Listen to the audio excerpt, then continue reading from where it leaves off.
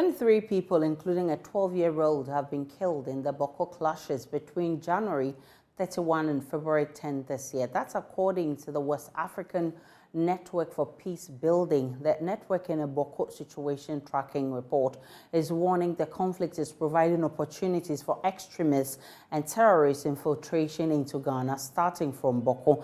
This is according to the network, could result in intense cross-border violence by the extremists between Burkina Faso and Ghana's northern borders.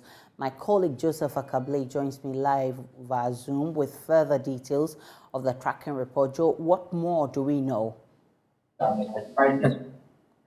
the incident profiling that one has put out, it starts from January 31, and it says that 10 persons were reported dead in a renewed clash between residents and some alleged military personnel in Boko on January 31, 2023. Two community civilian members allegedly died from the military gunfire, and on the next day, a similar incident by the military resulted in the death of 8 other persons. And so, 7 of the deceased are reportedly from Sunga, a predominantly Kusasi area, while the other 3 deceased were killed in the Boko Township, which is a predominantly Mampusi area. So that makes up for the 10. So beyond the 10, we are told that a man was killed on the Sabongari Road by unknown gunmen on February 6, 2023. On the same day, some criminal elements allegedly attempted to blow up a major bridge in Boko with an IED device. And you recall, this is what the defense minister had made reference to in Parliament about the fact that the military have fought an attempt to blow up a major bridge, which was being used mainly by the military. And so, the incident also being in this particular report. On February 7, around 5:15 p.m., unknown gunmen alleged to be Mampusi alighted from a motorcycle and started shooting at a group of men who were seated at a lorry park close to the municipal police station. The incident resulted in the death of 2 persons on the spot. 3 commercial drivers who had loaded their vehicles and were to leave the Boko Township met their untimely death on the highway, with several of their passengers sustaining various degrees of injuries.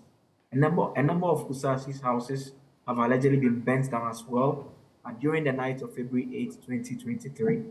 Again, we are told that further shootings on Thursday, February 9, resulted in 3 more deaths. A child of about 12 years old was also reportedly killed on Friday, February 10. So when you do the aggregation, from what we've seen in this report, we are looking at least 23 deaths between the January 31 and the February 10 period. Right. My colleague Elton Broby also has been following this for us. He has more on the tracking. Elton, kindly break down these figures for us. Hello, Elton. Right. So we'll be bringing you more on that. Meanwhile, do we have Elton? All right. Akable, do you have the figures, the deaths that you've broken down that for us already, but there are also highlights of alleged involvement of security agencies. Does the report capture that? Yes, it does, and specifically, and this is when the military are mentioned directly. But for the other deaths, it only makes the point that gunmen, it's not clear whether these are ordinary citizens or persons who are involved in the conflict and on one side of the conflict or not. And so that is what is not clear at this stage. But it's just for the 10 deaths that we know that a specific reference was made, that the suspicion is that those who had carried out that attack were military men. So there's also a warning that the country should be careful, otherwise there are implications of national security threat. What's the basis for the warning? In fact, the concern is arising from the nature of the violence that is being witnessed within this particular period, especially the sporadic nature. And the point is being made that the Upper East Regional Security Council, the Boko Municipal Security Council, and the National and Regional Peace Council, as well as the specific security deployment, should intensify the collaboration among them and engage with all relevant traditional and religious representatives, ethnic leaders, youth, women groups, as well, to find ways of finding sustainable peace in the area. They also calling for the increased presence of security personnel, especially at unmanned border routes and communities, to prevent further security infiltration in the area. My colleague Joseph Akable with a breakdown of that report by ONEP for us. Meanwhile, three drivers transporting pepper and tomato from Boko to Accra have reportedly been shot dead, with several others sustaining injuries after unknown gunmen opened fire on the cargo trucks at a spot 20 kilometers from the conflict-ridden town. Some of the injured are receiving treatment at the Konfanocho Teaching Hospital. Some survivors of the shooting, which occurred on Tuesday, have been showing our news team their bullet-ridden vehicles and recounting the ordeal to Love News. We'll bring that report to you shortly. But Albert Yelyang is with ONEP. He is the national coordinator for the network. He joins us live with more. Is this incident captured in your report as well? Mr. Yelyang, I'm grateful that you've joined us. I'm asking if the three drivers who have been shot dead and several others injured is also captured in your report. Not yet. That has not been captured in the report. So what it means is that the number is likely to be more than what is being reported. But I need you to throw more light on the report that you issued on the killings in Boko. If you have been monitoring the situation in Boko, the peace and security dynamics, it has been very intermittent and sporadic gunshots, and also curfew imposed. We have a heavy security presence who are patrolling the area. Intelligence has been deployed, and the security is reacting to any situation.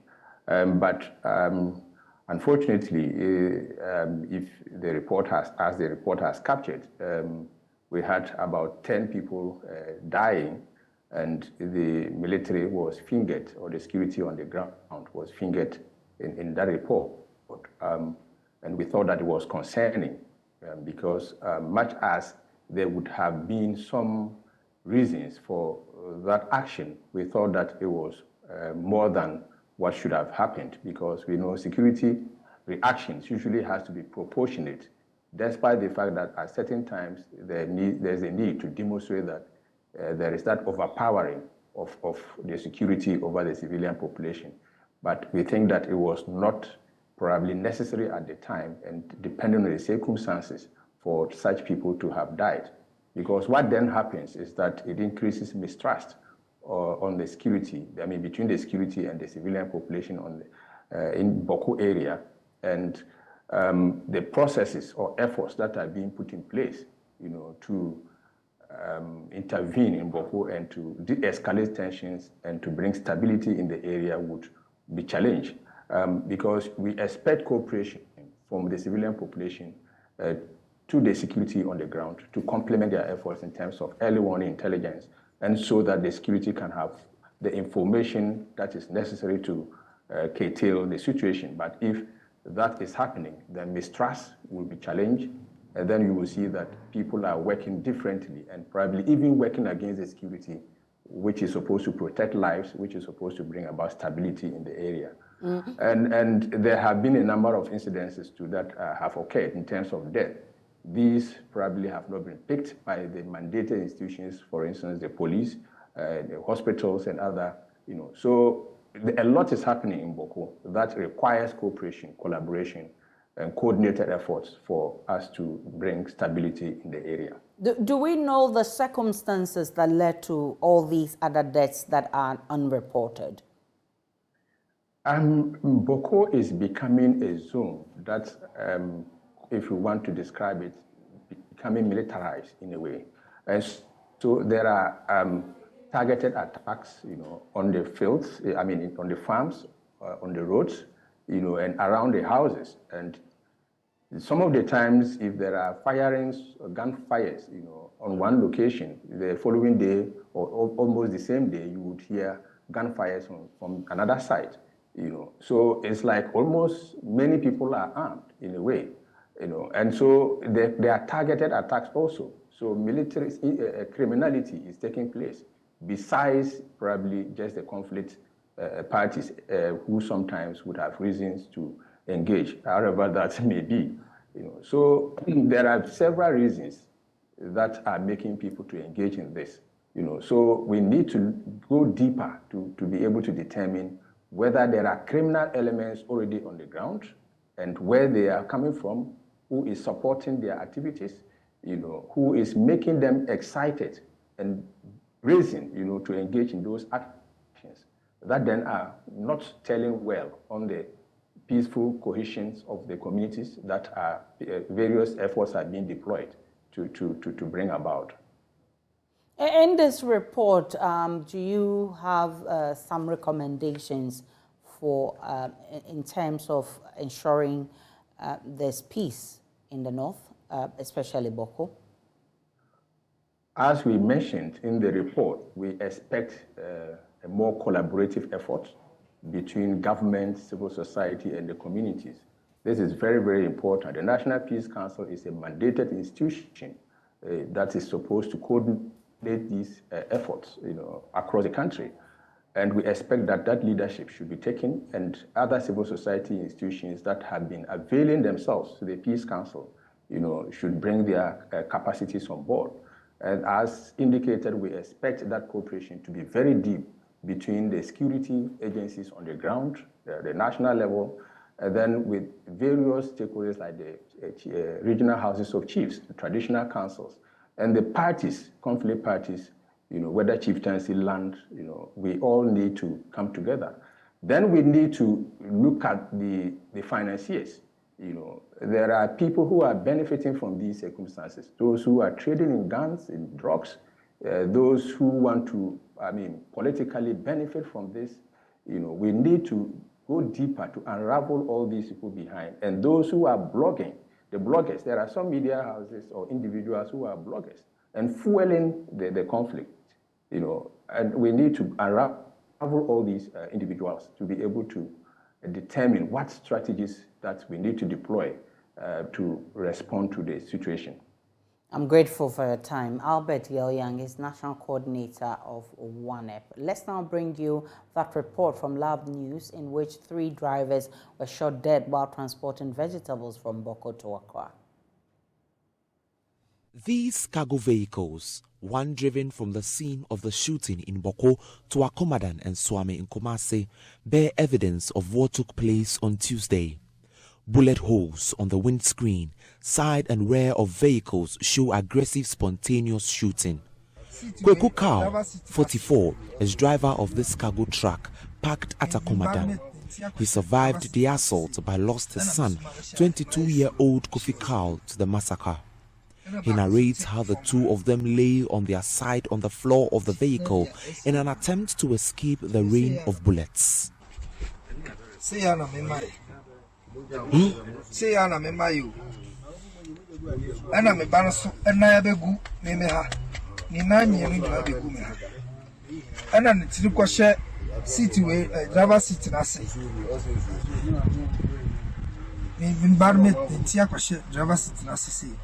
And I'm Mr. Malasha, my see, she will see. And a back also take from her. Nadia, as you know, she may say, Anna, say, Yakubu Asiripi is one of the owner of the cargo trucks that were attacked. The incident has since got him scared. Cat near 4, attack 4 no, almost so. Our mobile, I am a mechanic. Tika ana SF baako ana Renault baako ana next Scania ana nanka ya last car nti omo banana driver ni nu de we last car ni di toll speed e betwa mu ato twa mu wie na aka we mu no ana boys ni patare omo kura masingam ni bi ana omo tie siw mo so ana mo bullet car na sa car no mo men car no kura mo bullet mo sa akopem se driver ni gina fa ko se no mu bulletin se akopem se omote se kan mu ye din a obi an ka no ho bi mu no ansa na magya sa akọ ni next car ene so na de odi ka di toll speed ko ne on de onya no ho tirim edi di mu na je se ata 3 cars no na omonya problem ti esi ye no meme de en de ba kam nsem wa ha ba omada cars ne de menim so condition de sete. So this vehicle here is among the 4 vehicles exporting pepper and cabbage from Boko to Accra. Unfortunately, we can count multiple bullet holes from this particular vehicle, from the door handle to the windscreen. The alleged incident happened at Boko. The car had 3 people in it, a driver and then 2 passengers. Unfortunately, the driver could not make it, but the 2 other passengers are receiving treatment at the Komfanoche Teaching Hospital. Haruna Issa sustained multiple gunshot wounds from the incident. Tuesday in your call, Boko say Wakuludu cabbage and green pepper. See a call home, I didn't even say and to our chronoso. And we didn't say few home was near our see a coin a kulu do a lodu a no money in every and I have banny do almost just barras on. Now, so yes, near say curfew time house, I'm 8 and so do obey 8:12. I'm someone penny me and tienda. I'm yardum nasa de chia near twas. Yes, you and Tiamra and you mujina where you didn't come on. Yes, started a Tuesday 2 to a woman pretty for the side. No, besides, I think I don't think I'm going inside the Anquada. No one's moving back to a yard more near Samba Shaker. Maybe Hunipatre, almost a black, or move free in maybe a chill, my sequence. No mood sequence when much I say issue to your car 20. Almost 2 year car now, come say that time, no, yeah, minimum started that can be that can move to tea, come say, can we dinner, second car, no, a movie, who's a light, eba. So Moses Ademina is a victim of the alleged clash. He has since been admitted at the Komfanoche Accident and Emergency Unit. Doctors say his condition is quite critical, but he's been responding to treatment. For security reasons, we are unable to speak to him. For Joy News, Nana Boache Dankwa Yadom reporting. Back here in Accra this morning, the University of Ghana's management says it believes its new residential policies to help minimize the rate of students' vandalism on the university campus. According to the Pro-Vice Chancellor in charge of Student Affairs, Professor Awandari, students' clashes have been an issue of the university for ages, and they are determined to deal with it, starting with this new policy. He revealed this at a news conference held by management of the university this morning. My colleague Samuel Kojo-Brace is there for Joy News. He joins us live from that venue with more. Kojo-Brace, what more has the university been saying?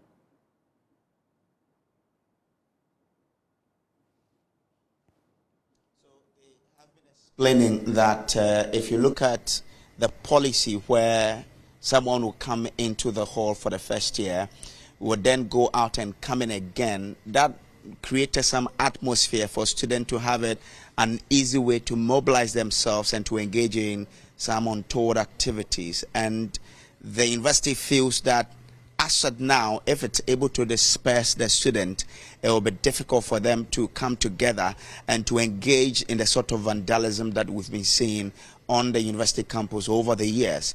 And so for them, from now onwards, and they expect that by 2025, the traditional halls of the university will be reserved for level 100 students and postgraduate students. So if you come into the university at level 100, you have a hall of residence, and then after that, you will be moved out of the traditional halls. They also explain that none of the legitimate members of the halls were not given places. They explained that for every member of the hall who was a legitimate resident of the hall, they've been reassigned to some other halls as we speak. So it wasn't the case that students were asked to go, out of the halls of residence without being catered for. So that's the sort of explanation they've been given. But we've been joined by the registrar, okay, so one of the members of the communication team of the university here. Ma'am, good morning. What's your name and what's your portfolio here? I am Abina Enimwayebwa Benin. I teach in the Department of Communication Studies, and I'm part of the communication team for the university. Right, great. So you've decided to take continuing students out of the halls as a way of minimizing the rate at which they clash. Question is, they still are around the university campus, and so they can still mobilize and do whatever they want. What is that thing that the university is doing to ensure that aside just taking them out of the halls, you are able to then control how they cause vandalism on the campus? Okay, so the policy, the new residential policy, actually has two purposes. In the first instance is, as you say, to help reduce the clashes that increasingly were occurring between Commonwealth and Mensa Saba Hall, and that were also increasingly becoming a bit more violent than we think peace and security can afford on the university campus. But the second leg of it is to try and make a bit more room for our level 100 students that we admit every year.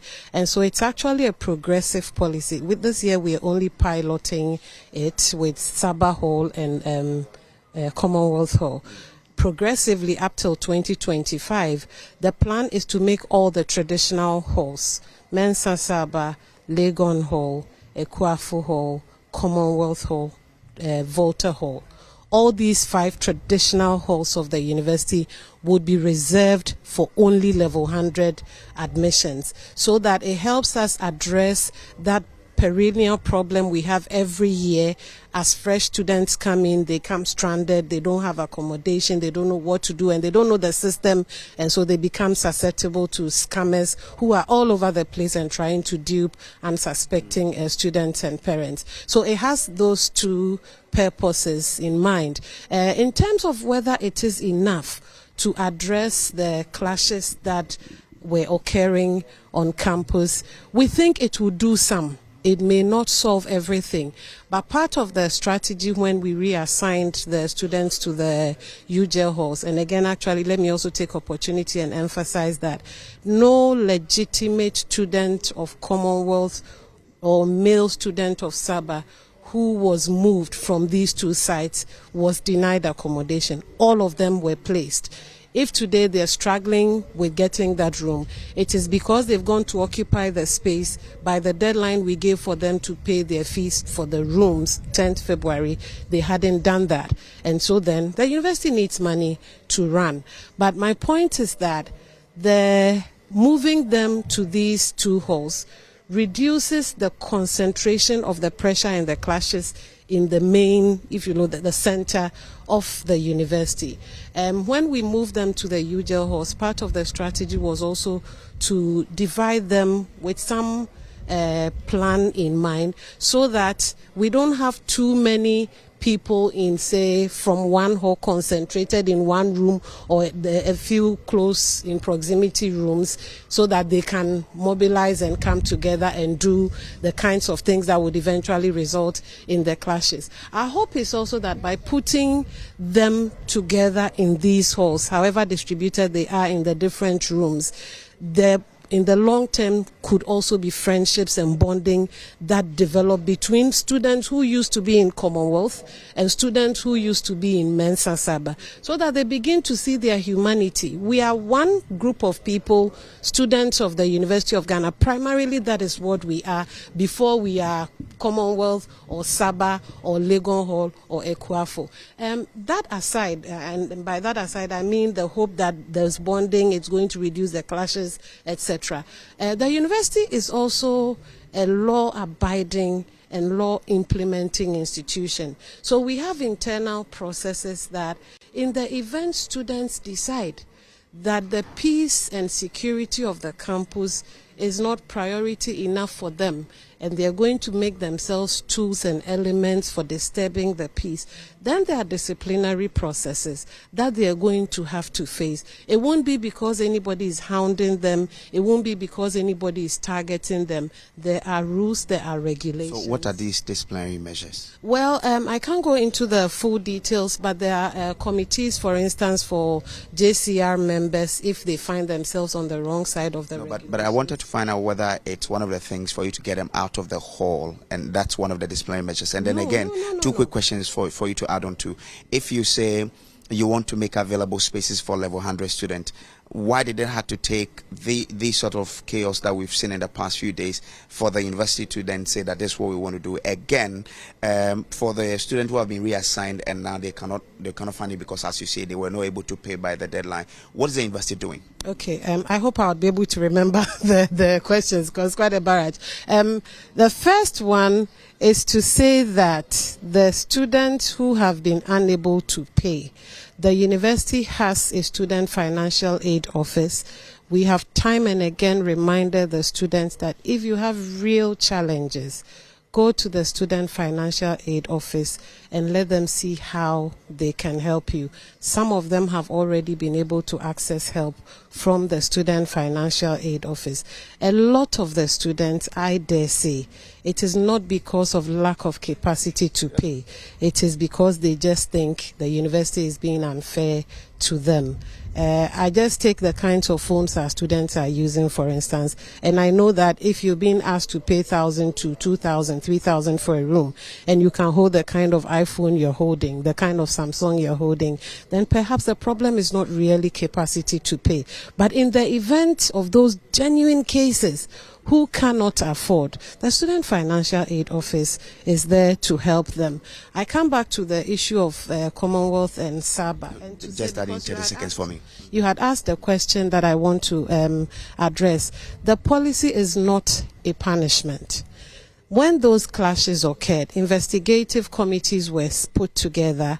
Their findings, students who were identified as having done anything wrong are undergoing disciplinary processes. Some have even already been concluded, and recommendations for punishment have been implemented and announced. Some have been rusticated, etc.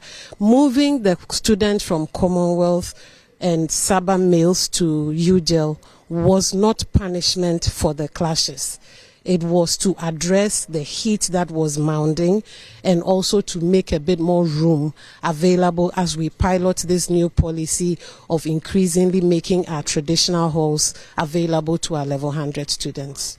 Thank you very much. Aisha, before I hand it over to you, we have been told at this particular news conference that the 18 students who were picked up, alleged students, some of them have false identities, and the university is concluding that it's either two things. Either they gave fake names to the police or they are not members of the university community in its entirety. So interesting how this thing is panning out. But we're still here. We'll ensure that our viewers are able to get all the details that they need to help in informing, how they discuss this issue going forward.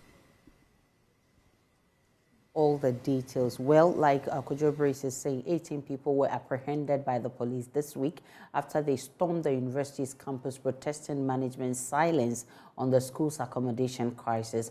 Vice Chancellor of the University of Ghana, Professor Nanaba Apia Amfo, in a yet-to-be-aired interview on PM Personality Profile, indicated the university recognizes the difficulty with accommodation and is working round the clock to resolve the matter. As a university, we need to prioritize our most vulnerable students, and these are our freshers. The university has grown in student numbers over the years. Definitely. And it's just a peculiar situation with our campuses here that we are largely residential. I mean, all over the world, the universities, you don't get every university student living on campuses, even for those campuses that are partly residential in nature.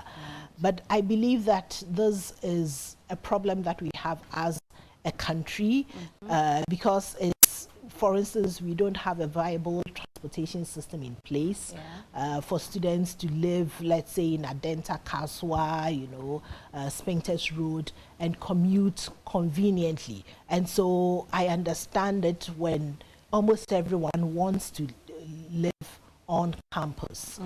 The university management is making efforts to increase the stock of accommodation that we have. There's a hostel ongoing just behind Jean Aka Hostel, and we are working extremely hard to ensure that come next academic year, that is on board, and hopefully that should add about between 900 and 1,000 bed to our stock. And we are also in discussions with the private developers. We've actually leased lands to private developers to develop hostel. And UGEL, which is the University of Ghana Enterprises Limited, is also engaging some prospective developers so that we can increase the number of beds that we have on campus for our students.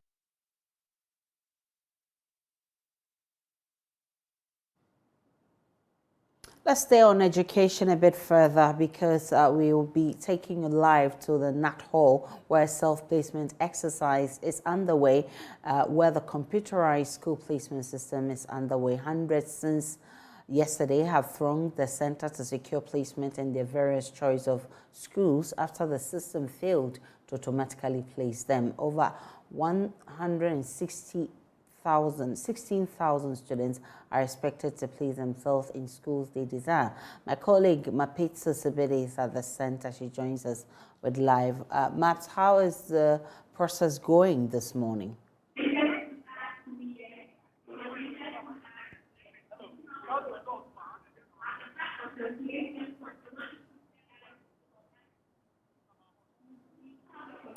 Hello, Mapito. How is the process going this morning?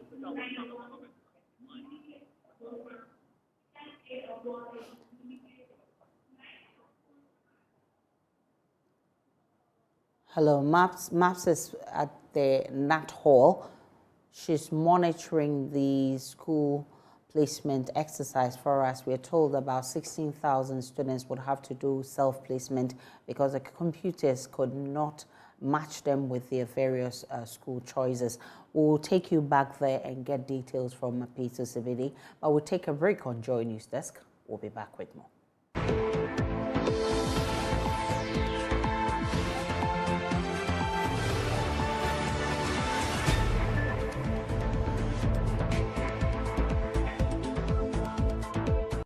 Welcome back to JoyNews Desk. Let's take you back live to the Nat Hall, where students are being asked to do self-placements. My colleague, Mapita Sibidi, is there. Maps, how is the process going up? Are students and parents going through the self-placement smoothly?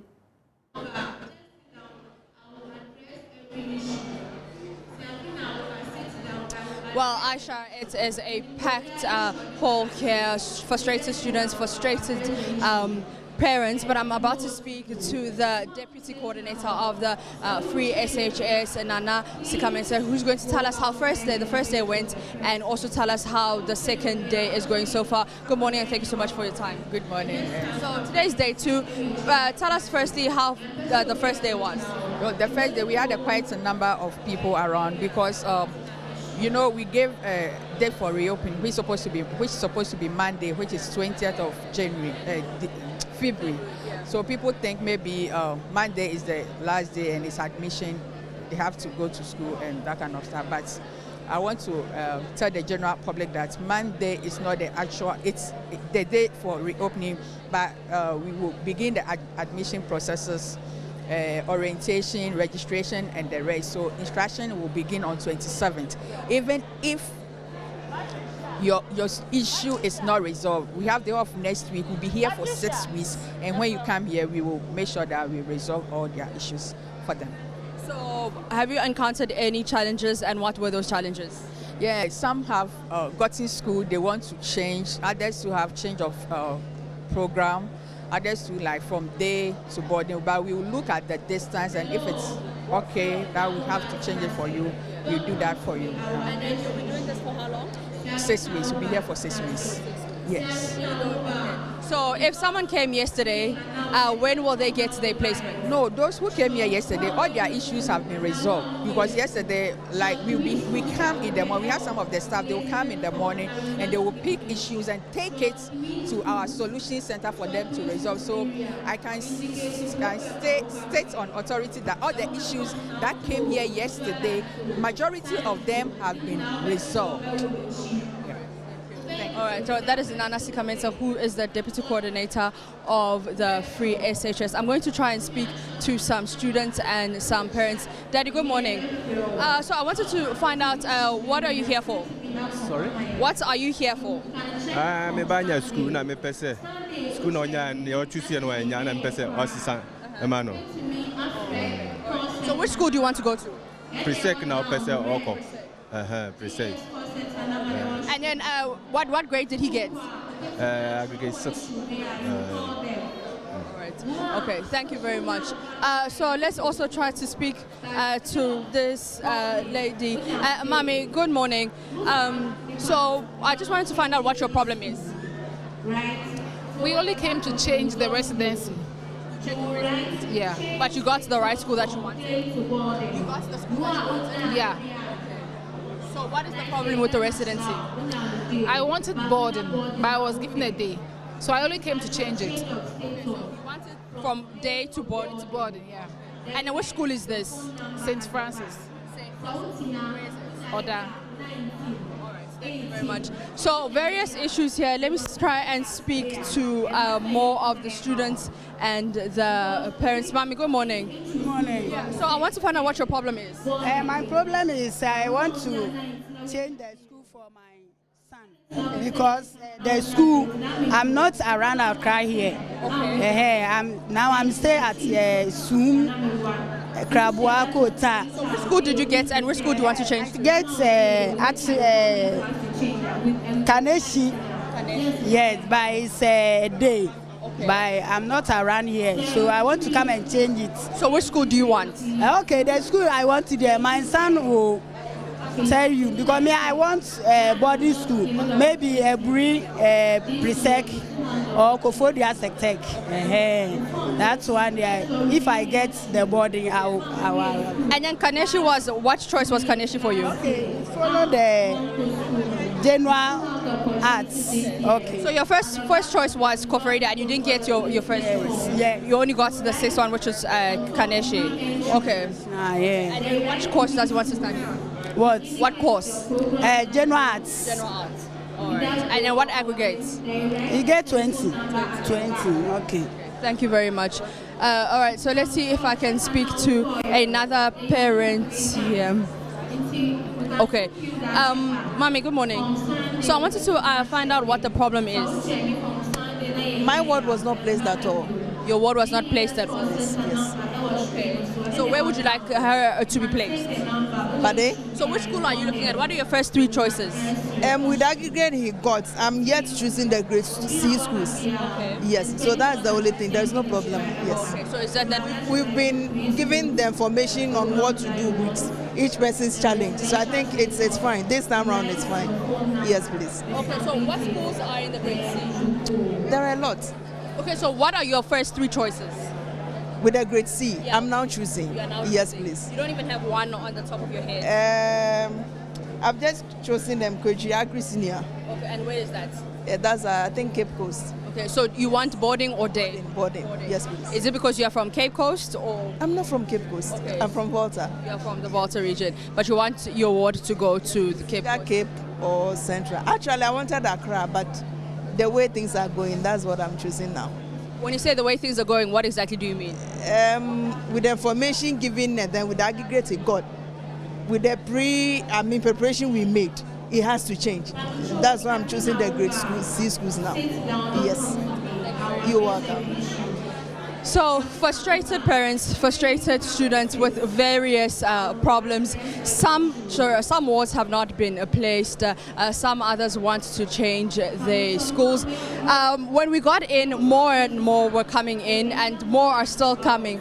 But then, as the MC was saying, that will just they'll only be here for like 2 hours, and after that they can go. All they need to do is write the schools that they want to go to, the course, and their name and their number, and then give it to the coordinators, and then they'll be contacted later in the afternoon or on a Monday. Over to you, Aisha, in the studio. Heather Mapito Sibede monitoring what's going on at the Nat Hall. We'll certainly bring you more of this in our subsequent bulletins. Let's take a break on Joy News Desk. We'll be back with more.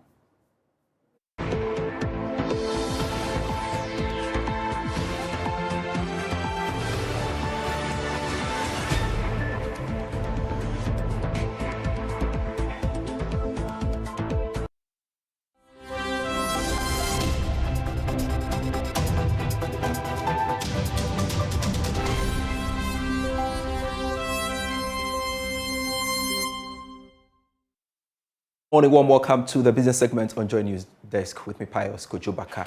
Consumer price inflation reached high levels in 2022 last year, starting from 13.9% to 54.1%, crossing government's target of a single-digit inflation. Well, this is attributed to several factors, including increase in crude oil prices and the drastic fall in the local currency against major trading currencies. The following report will tell you whether the current rate of 53.6% indicates a peak or Ghana should expect a higher inflation moving forward. After January, food inflation was higher than non-food for all months of the year 2022. The widest gap between food and non-food inflation was recorded in December with a 9.8 percentage point, with the lowest being 0.4 percentage points in January. According to the Ghana Statistical Service, between January and December 2022, the change in the overall year-on-year rate was 4.2 percentage points, with household equipment and maintenance recording the highest rate of increase. Although the month of January 2023 recorded a lower rate due to exchange rate stability and deflation in price of transportation, it is still uncertain whether inflation has peaked considering the current increases in some commodity prices. Government statistician Professor Samuel Kobneinim explains. Given the reversal, one can argue that we've peaked, but one can also argue that it's a short-term peak or a long-term peak. And this is what we always need to be careful about. So we've seen a reversal at a point 54.1% and now 53.6%. The month-on-month inflation fluctuated in 2022, peaking at 8.6% in November and lowest at 1.9% in August. And that's it for business. I am Pius Kojobaka.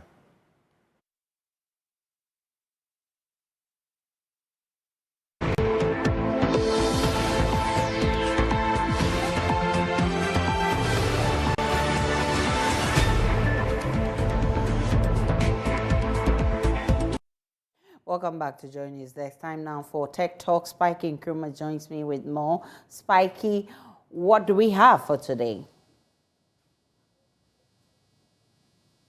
Hello, Spiky. Can you hear me now? Number one, we're talking about jobs because a lot of people are looking for jobs and there seems to be a rise in jobs in the tech industry. So there's going to be a tech jobs fair in Ghana on the 22nd of February. So people who are looking to get a job in tech can sign up for this fair, can go to this fair, which will be happening at the Accra International Conference Center. And it gives people, job searchers or job seekers the opportunity to find jobs that in the tech industry that would fit the roles that they've, studied for and developed the skills for. So yeah, the fair will be themed this year, leveraging technology to create inclusive and sustainable jobs. And it'll be geared towards discouraging the misconception that tech jobs are meant for men and able-bodied individuals only. So females, people with disabilities are all encouraged to attend the fair. Okay, quite interesting to know. And moving on from that, Elon Musk has donated about $2 billion worth of Tesla's shares to charity. And he called it a bona fide donation, a bona fide gift. So Elon Musk, who's been in the news almost every week, just decided that, hey, you know what? 11.6 million of my Tesla shares, I'm giving it to charity. And it's worth almost $2 billion, approximately $1.95 billion he's given to charity. Yeah. So that's a good thing. so far since Yes, Elon Musk has not been in the news for a very anything. good thing, which Spiky you must emulate. Yeah, sure. What am I talking about? Yeah, sure. I will. Just look for it. Maybe next year I'll do some donation. I'll look And forward in to music, that. David Guetta says the future of music is in AI. We've seen AI do a lot of things this year, from ChatGPT to DALL-E, the artist, the AI artist, and now music is people are using tools, AI as a tool in music. So David Guetta, performed a song with a synthesized voice of Eminem. So it really wasn't Eminem. It was a voice that sounded like Eminem that was generated by an artificially intelligent system. So the AI did the lyrics. First off, he used AI to generate the lyrics. Then he used AI to generate the voice, and it sounded so much like Eminem. You'd actually think that Eminem was performing on that song. He says he's not going to release it commercially because obviously we're talking about rights and stuff like that. But yeah, in future, we're going to see AI being used as a tool in music. So look out for that. Definitely will look out for that. Thank you so much, Spike and Nkrumah, for bringing us Tech Talk. And that'll be it for News Desk this morning. My name is Aisha Ibrahim. Log on to myjoyonline.com. There's more news and updates of all the developing stories. See you again at 12.